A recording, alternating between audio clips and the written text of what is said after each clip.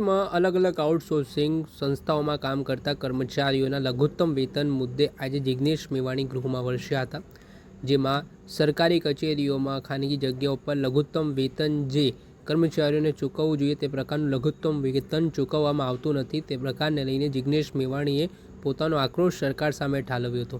તેમણે અલગ અલગ જગ્યાના ઉદાહરણો આપ્યા હતા અને કર્મચારીઓનું શોષણ કરવામાં આવી રહ્યું હોય તે પ્રકારના આરોપો પણ કર્યા હતા.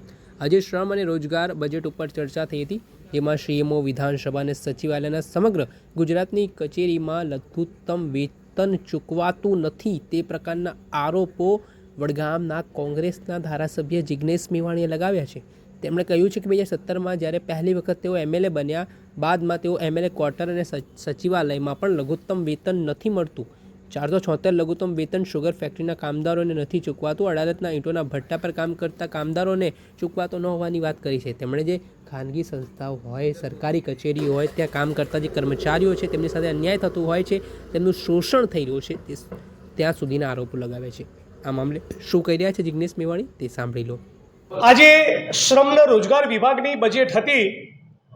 આ બજેટમાં ભાગ લેતા પૂર્વે મેં અને મારી ટીમે તપાસ કરી તો ખબર પડી કે રાજ્યના માનનીય મુખ્યમંત્રીના કાર્યાલય સીએમઓમાં, ગુજરાતની વિધાનસભાના પ્રાંગણમાં, એમએલએ ક્વાર્ટર્સમાં, સચિવાલયના વિવિધ બ્લોકમાં, ગુજરાતના મામલતદાર, પ્રાંત અધિકારી, કલેક્ટરોની કચેરીઓમાં, જિલ્લા પોલીસ વડાની કચેરીમાં અને સમગ્ર ગુજરાતના સર્કિટ હાઉસીસમાં પણ લઘુત્તમ વેતન ચૂકવાતું નથી.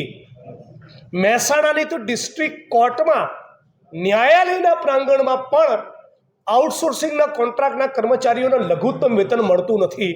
નામદાર સુપ્રીમ કોર્ટે એકથી વધારે ચુકાદામાં સ્પષ્ટ કર્યું છે કે કોઈ પણ કર્મચારીને લઘુત્તમ વેતનથી ઓછા દરે રાખવો એ ફોર્સ્ડ લેબર એટલે કે એની પાસેથી વેટ કરાવવા બદલ કહેવાય.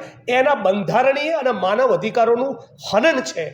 આ બાબતે 2017માં હું પહેલી વખત જ્યારે ધારાસભ્ય બન્યો અને વિધાનસભામાં મેં શપથ ગ્રહણ કર્યા અને બહાર આવીને મેં પ્રેસ કોન્ફરન્સ કરી હતી, ત્યારની ઘડીને આજનો દિવસ વિધાનસભાના પ્રાંગણમાં પણ લઘુત્તમ વેતન ચૂકવાતું નથી.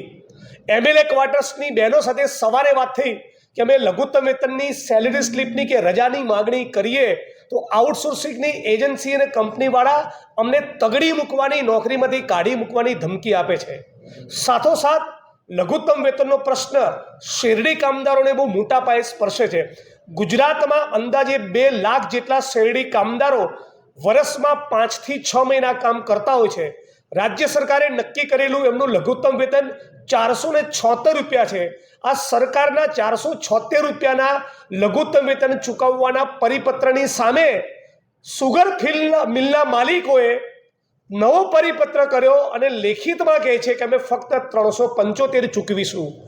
આમ એક સુગર ફેક્ટરીના શેરડી કામદારને રોજના 101 રૂપિયા અને 150 દિવસ 5 મહિના લેખે છેલ્લા 2 વર્ષમાં 550 કરોડ રૂપિયા ચૂકવવાના બાકી છે. છતાં રાજ્યની સરકારના પેટનું પાણી હલતું નથી. ગુજરાતની વિધાનસભાના મકાનથી થોડાક ડિસ્ટન્સ ઉપર આવેલા છે અડાલજના ઈંટોના ભઠ્ઠા. આ ઈંટોના ભઠ્ઠામાં માઇગ્રન્ટ વર્કર્સ મોટી સંખ્યામાં હોય છે. ત્યાં પણ ઇન્ટરસ્ટેટ માઇગ્રન્ટ વર્કર્સ એક્ટ એટલે કે આંતરરાજ્ય પ્રવાસી મજદૂર ધારો લાગુ પડેલ નથી. ગુજરાતમાં ફેક્ટરી ઇન્સ્પેક્ટર અને ગવર્મેન્ટ લેબર ઓફિસર્સની સંખ્યા અત્યંત પાંખી છે. ગુજરાત જેવા હાઈલી ઇન્ડસ્ટ્રીયલ સ્ટેટ, જે ઈંટોના ભઠ્ઠા, કેમિકલની ફેક્ટરીઓ, કન્સ્ટ્રક્શનની સાઇટો, અસંગઠિત ક્ષેત્રના મજદૂરો, સંગઠિત ક્ષેત્રના મજદૂરો, ફિક્સ પગાર આઉટસોર્સિંગ કોન્ટ્રાક્ટના કર્મચારીઓ લાખોની તાદાદમાં હોય ત્યાં મુઠ્ઠીભર ગવર્મેન્ટ લેબર ઓફિસર અને ફેક્ટરી ઇન્સ્પેક્ટર તપાસ પણ ન કરી શકે. એટલે જાણે માલિક વર્ગની, પૂંજીપતિઓની ચાપલૂસી કરવી, શ્રમજીવીઓની ઉપેક્ષા કરવી, ફિક્સ પગાર આઉટસોર્સિંગ કોન્ટ્રાક્ટના કર્મચારીઓને ઢસરડા કરવા, શોષણ કરવા અને ગુલામીની એક વ્યવસ્થામાં જકડી રાખવા, આ જ ભારતીય જનતા પાર્ટી સરકારનું ગુજરાત મોડેલ છે.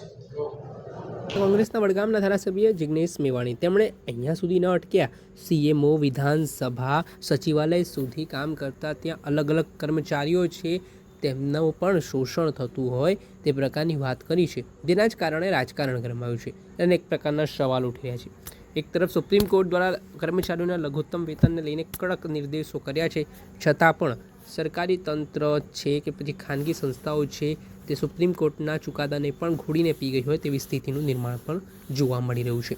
દર્શક મિત્રો, એનકવરેજ ન્યૂઝને આપ લાઇક કરી લો, સબસ્ક્રાઇબ કરી લો અને શેર કરવાનું ભૂલતા નહીં.